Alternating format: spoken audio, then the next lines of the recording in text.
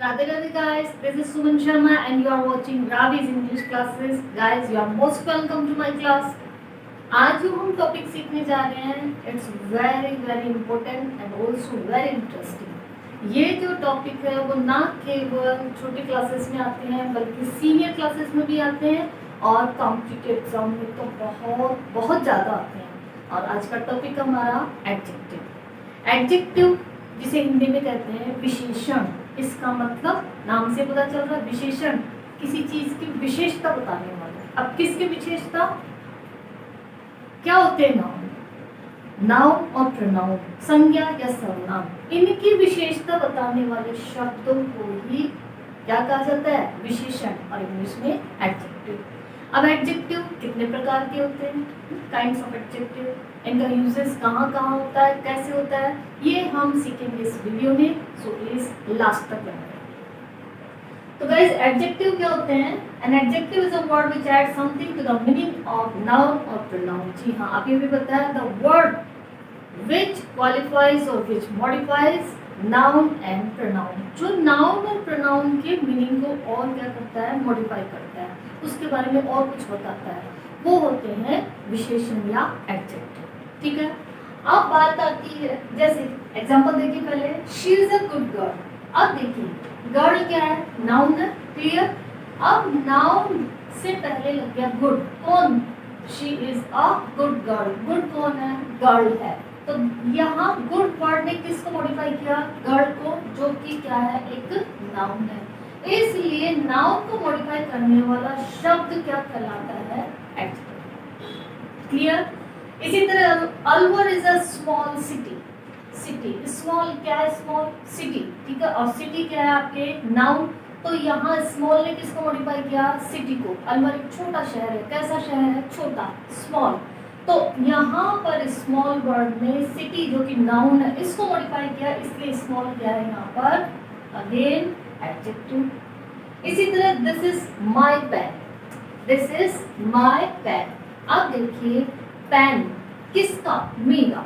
तो यहाँ इसने इसको मॉडिफाई, पेन तो है किसका? माय, योर, हिज, हर, किसका है? तो इसने इसको मॉडिफाई किया, इसलिए ये नाउन, तो ये हो गया आपके एडजेक्टिव। तो as a conclusion we can say that really the word which modifies noun or pronoun is called adjective। जो noun और pronoun को modify करे वो कहलाता है adjective। अब बात आती है kinds of adjective। kinds of adjective, तो गाइस यहाँ मैं अभी पहले बताने जा रही हूँ आपको शॉर्ट में, after that will discuss in detail with examples. ठीक है, हम पहले शॉर्ट में केवल इसके काइंड्स देखेंगे कि कौन कौन से होते हैं, उसके एक दो एग्जांपल्स देखेंगे, लेकिन बाद में हम इसको क्या करेंगे? डिस्कस करेंगे डिटेल से। तो इसीलिए बार बार कर रही हूँ कि आप एंड तक बनेंगे। देखिए काइंड्स ऑफ एडजेक्टिव। एडजेक्टिव के कितने काइंड्स होते हैं, कितने प्रकार, कौन कौन से होते हैं? तो फर्स्ट तेरा है प्रॉपर एडजेक्टिव। प्रॉपर एडजेक्टिव जैसे नाउन होता है प्रॉपर नाउन, वैसे ही प्रॉपर एडजेक्टिव। तो मैंने बताया नाउन और प्रोनाउन को मॉडिफाई करने वाले शब्द ही एडजेक्टिव होते हैं। तो यहाँ पर कह रहा है कि प्रॉपर नाउन से बनने वाले शब्द, प्रॉपर नाउन से बनने वाले, ध्यान रखिए नाउन, लेकिन कौन सा? प्रॉपर। प्रॉपर नाउन कौन सा होता है? जो पर्टिकुलर किसी का नाम। ठीक है, शहर, शहर तो बहुत सारे शहर है, लेकिन कौन सा? जयपुर शहर, अलवर शहर। तो इस तरह उनके नेम हुए। देश, बहुत सारे देश, लेकिन कौन सा? India, Africa, Australia. तो इस तरह किसी के नेमिंग वर्ड ही क्या होते हैं? Particular proper noun. और उन प्रॉपर नाउन से बनने वाले शब्द जो किसी की विशेषता बताए वो कहलाते हैं आपके proper adjective. For example Indian किससे बना? इंडिया से। Indian girl, she is a Indian girl. कौन सी गर्ल है? इंडिया की रहने वाली, इंडियन। तो इंडिया से बना इंडियन। अफ्रीकन, अफ्रीका से बना अफ्रीकन। यूरोपियन, यूरोप से बना यूरोपियन। तो इस तरह देखिए आप पर्टिकुलर नेम से बनने वाले शब्द, प्रॉपर नाउन से बनने वाले शब्द कहलाते हैं आपके proper adjective. Next adjective of quality. जो क्वालिटी किसी की विशेषता, किसी के गुणों को दर्शाए वो कहलाता है एडजेक्टिव ऑफ क्वालिटी। गुणों को दर्शाने वाले, नाउन या प्रोनाउन की विशेषता या गुण बताने वाले। For example honest man. अब देखिए मैन क्या है, नाउन, ठीक है, लेकिन कैसा है, ऑनेस्ट, ऑनेस्ट है, ईमानदार है, बेईमान है, कैसा है, तो उसको बता दिया ऑनेस्ट। तो ये क्या बता रहा है उसका, ईमानदार या बेईमान क्या होती है, एक क्वालिटी होती है इंसान की, ठीक है। तो इसलिए इससे पहले ये शब्द आया तो ये क्या कहलाता है आपके adjective of quality, honest man, beautiful lady, ठीक है।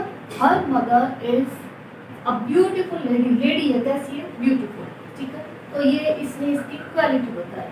इसी तरह बिग सिटी, स्मॉल सिटी, तो इस तरह से किसी की क्वालिटी को बताने वाले शब्द, किसी के गुणों को दर्शाने वाले शब्द क्या कहलाते हैं, adjective of quality. Now next is adjective of quantity.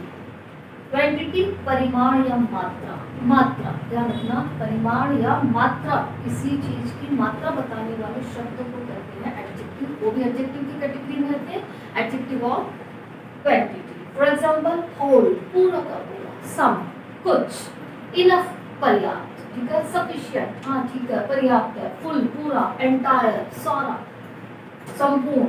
इस तरह के ये शब्द जो कि किसी चीज की मात्रा को बताए या परिमाण को बताए, वो भी क्या होते हैं, adjective of quantity. Now next is adjective of number, संख्या बताने वाले शब्द भी क्या कहलाते हैं, एडजेक्टिव। फॉर एग्जांपल 1 2 कितने थे, 10 थे, 10 कितने थे, 15 15।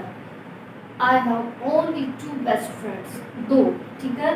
तो इस तरह से 1 2 फर्स्ट सेकेंड, ये क्या है सब, संख्या, क्रम, संख्या या क्रम बताने वाले ये शब्द भी क्या कहलाते हैं आपके एडजेक्टिव।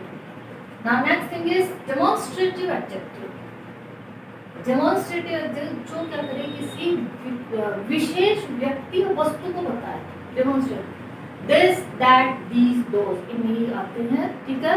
दिस और दैट सिंगुलर को, दो तरह से इनका यूज होता है, सिंगुलर नाउन के लिए दिस दैट, और प्लूरल नाउन के लिए क्या होता है,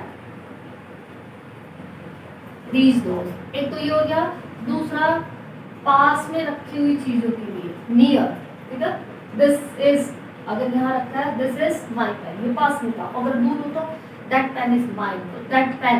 तो इस तरह से दूर रखी हुई चीजों के लिए दैट का यूज, और पास में रखी हुई चीजों के लिए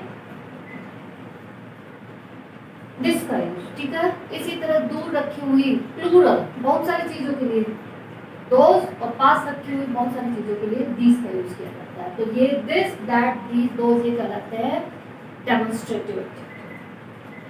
इसी तरह से इंट्रोगेटिव एडजेक्टिव कुछ ऐसे शब्द होते हैं जो क्वेश्चन होते हैं लेकिन वो काम करते हैं एडजेक्टिव का।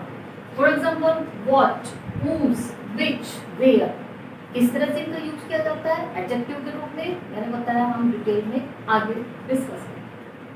एम्फसाइजिंग एडजेक्टिव, एम्फसाइजिंग किसी बात, किसी शब्द पर जोर देना, एम्फसाइज करना, ठीक है ना, वो कहलाता है emphasising adjective. For example on, very and quite, ठीक है।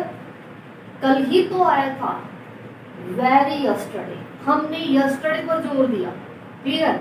तो यहाँ इस तरह के शब्द कहलाते हैं एम्फसाइजिंग एडजेक्टिव।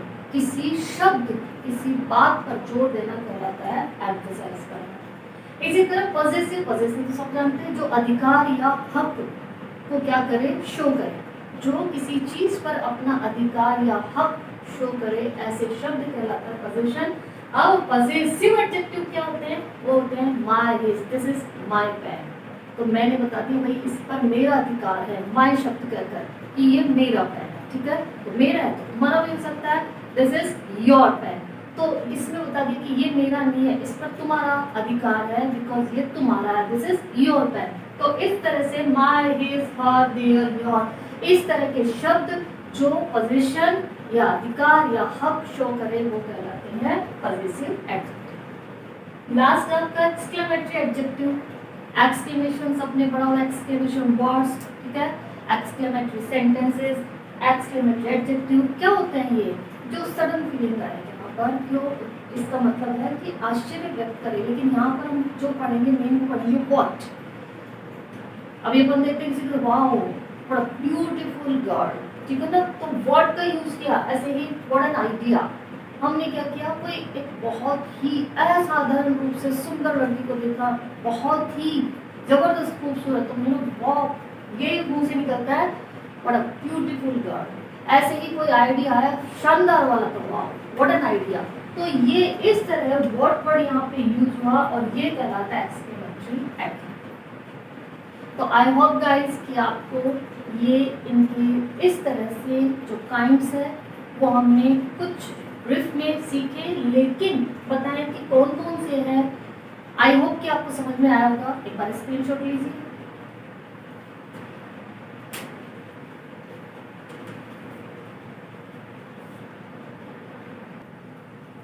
तो गाइस देखा हमने कि किस तरह से एडजेक्टिव के कितने सारे काइंड्स होते हैं।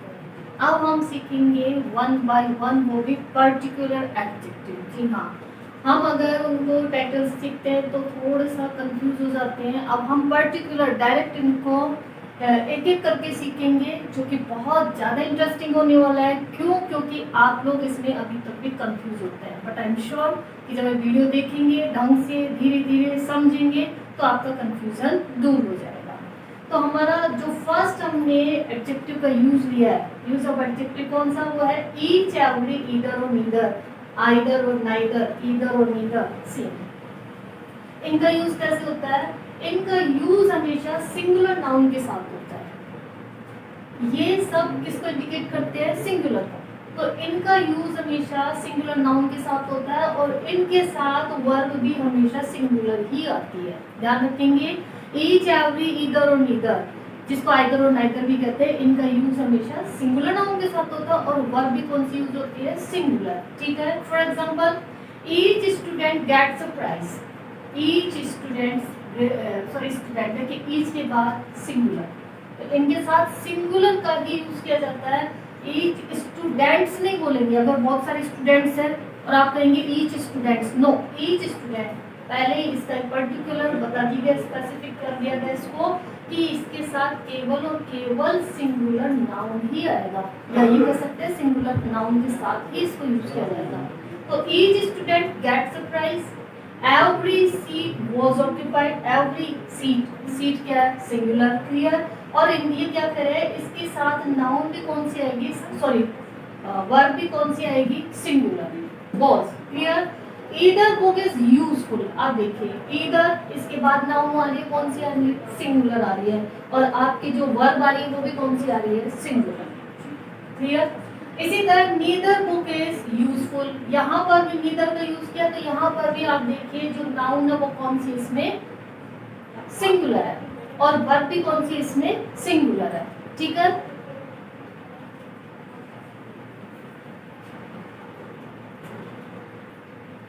इसी तरह देखिए आप नेक्स्ट हम सीखेंगे ईच और एवरी। इसमें बहुत ज्यादा कंफ्यूज होते हैं स्टूडेंट, ईच और एवरी क्या है? दोनों एक ही तो है, बिल्कुल दोनों का मतलब एक ही है। ईच मीन्स भी प्रत्येक और एवरी मीन्स भी प्रत्येक, ठीक है। तो दोनों का अर्थ समान है, डिफरेंस क्या है वो देखिए आप। ईच का यूज कहाँ करते हैं? फॉर टू और मोर देन टू, ठीक है। ईच का यूज दो के लिए भी कर सकते हैं और दो से अधिक नाउन के लिए भी कर सकते हैं। ईच का वॉल्यूम है, ईच मीन्स भी प्रत्येक होता है और एवरी मीन्स भी प्रत्येक या हर एक होता है। दोनों में एक चीज ये सिमिलरिटी है, लेकिन डिफरेंस का है ईच का यूज दो और दो से अधिक के लिए नाउन के लिए किया जा सकता है, लेकिन एवरी का only and only for more than two, केवल और केवल दो से अधिक के लिए ही होता है। एवरी का दो से अधिक के लिए और ईच का दो के लिए भी कर सकते हैं और दो से अधिक के लिए भी कर सकते हैं, ठीक है। For example each of the two girls gets a prize. अब यहाँ टू है, देखिए दोनों लड़कियों में से प्रत्येक क्या करती है? हमेशा प्राइज देती है। दोनों में से प्रत्येक, each of the two girls, तो दो में से, ये चीज आ रही है यहाँ पे, ये रूल। दूसरी बात आ रही है ईच ऑफ द 10 गर्ल्स, अब दो से अधिक हो गई, अभी 10 भी हो सकती है, 100 भी हो सकती है, कितनी भी हो सकती है, मोर देन टू भी बोल रहा है ये। तो अब देखिए each of the 10 girls gets a prize. अब दोनों में सिमिलरिटी क्या है? देखिए अगर कोई कॉम्पिटिटिव लेवल का स्टूडेंट इस वीडियो को देख रहा है तो ध्यान दीजिए, बहुत बारीकी से इसमें सारी चीजें क्लियर हो रही है कि ईच आ रहा है टू गर्ल्स के लिए, लेकिन हमने क्या कहा कि ईच के साथ भी हमेशा किसका यूज करेंगे? जो आपके वर्ब होगी वो सिंगुलर, गेट्स, सिंगुलर होता है तभी तो वर्ब की फर्स्ट फॉर्म में एस या एस का यूज करते हैं। Same thing is here gets. अब ये गर्ल्स सिंगुलर यहाँ नहीं हो सकता क्योंकि टू है, दो लड़कियों में से, हाँ ठीक है। इसी तरह ईच ऑफ द 10 गर्ल्स, तो यहाँ मोर देन टू है, लेकिन फिर भी यहाँ यूज क्या किया है, देखिए ये भी गेट्स और ये भी गेट्स, दोनों ही सिंगुलर का यूज किया गया है। अब इधर देखिए एवरी का यूज मोर देन टू, दो से अधिक के लिए होता है, ये केवल दो और दो से अधिक दोनों के लिए होता है, ये केवल दो से अधिक के लिए होता है। Every student gets a prize, खूब सारे कितने भी स्टूडेंट करते हैं, यहाँ हर स्टूडेंट क्या करता है, प्राइज लेता है, तो ये हो गया दो से अधिक के लिए। अब दूसरा जो इसमें डिफरेंस है वो क्या है, निश्चित संख्या। तो ये जो है ईच, इसमें संख्या निश्चित होती है, जैसे यहाँ दो थी लेकिन यहाँ 10 हो गई, ठीक है। ईच के बाद में अगर कोई ईच का यूज कर रहा है, इसका मतलब वहाँ नाउन जो है वो फिक्स्ड है, संख्या उनकी निश्चित है, तो वहाँ किसका, प्रत्येक के लिए किसका यूज किया जाएगा, ईच का। जबकि एवरी जो है अनिश्चित संख्या के लिए, खूब सारे होंगे, पता नहीं कितने हैं, बहुत सारे हैं, अनिश्चित है, लेकिन उसके लिए अगर प्रत्येक की बात की जा रही है तो इंग्लिश में किस वर्ड का यूज किया जाएगा, यस एवरी का, ठीक है। नेक्स्ट ये इसी का एक तरह से आ गया कि ये निश्चित संख्या के लिए, तो इसका मतलब इंडिविजुअलिटी या सेपरेट एक्शन के लिए, वही निश्चित पर्टिकुलर किसी के इंडिविजुअलिटी या सेपरेट एक्शन, एक डिफरेंट सेपरेट एक्शन के लिए किसका यूज किया जाता है, ईच का यूज किया जाता है। और एवरी का ग्रुप में, और ग्रुप में अनिश्चित संख्या होती है मोस्टली, ठीक है, ऐसा माना जाता है, तो इसलिए ग्रुप में अगर कोई एक्शन करवाना है तो क्या यूज करेंगे हम, एवरी का, और निश्चित संख्या के बीच कोई एक्शन करवाना है तो वहां किसका यूज करेंगे हम, ईच का। क्लियर। इंपॉर्टेंट बात क्या है कि ईच एंड एवरी का एक साथ दो से अधिक के लिए प्रयोग किया जाता है। Each and every student gate, each और एवरी दोनों एक साथ अगर यूज हो रहे हैं तो वो दो से अधिक के लिए किया जाता है, ठीक है, कभी भी दो के लिए नहीं, ईच एंड एवरी नो। अगर दो नाउन है तो वहाँ केवल ईच का यूज करेंगे, ध्यान दीजिए। और दो से अधिक है और हमें उस बात पर जोर देना कि हर एक स्टूडेंट को ऐसा करना है, तो each and every student has to bring their notebook या has to come in time. Each and every दोनों एक साथ कब यूज करेंगे, जब जो नाउन है वो क्या होंगे, दो से अधिक। Is it clear? I hope guys कि आपको इसमें बहुत इंटरेस्ट आ रहा होगा, बिकॉज ये बहुत इजी भी है और बहुत इम्पोर्टेंट भी है। आई होप कि आपको वीडियो अच्छा लगा होगा। देखिए हम इनको ऐसे ही सेपरेट सीखेंगे, अलग अलग करके, ताकि आपको एक एक चीज समझ में आ सके, एक एक एडजेक्टिव ढंग से समझ में आ सके। अगर कोई इस चैनल पर नया है तो प्लीज सब्सक्राइब कीजिए, लाइक करना बिल्कुल ना भूलें, और अपने फ्रेंड्स को भी शेयर कीजिए, चाहे वो जूनियर क्लास में पढ़ता हो, चाहे सीनियर हो, चाहे कॉम्पिटिटिव एग्जाम में हो, ये सबके काम का टॉपिक है। Have a nice day. Radhe.